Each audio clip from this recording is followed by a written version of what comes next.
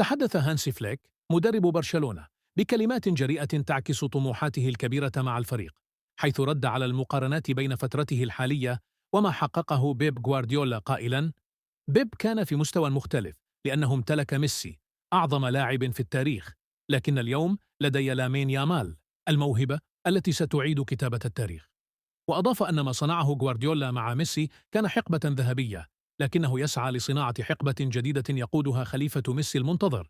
فليك لم يخف إعجابه بجيل برشلونة الحالي، مشيرا إلى أسماء لامعة مثل يامال، بيدري، جافي، راشفورد ورافينيا، مؤكدا أن الفريق أصبح متكاملا وقادرا على فرض سيطرته محليا وأوروبيا.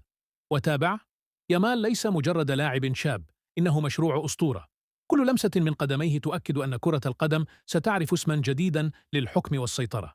وختم رسالته بدعوة لعشاق البلوغرانا إلى الإيمان بالمشروع الجديد قائلا: إذا كانت السداسية كتبت في زمن ميسي، فإن برشلونة اليوم قادر على كتابة أسطورة جديدة في زمن لامين يامال.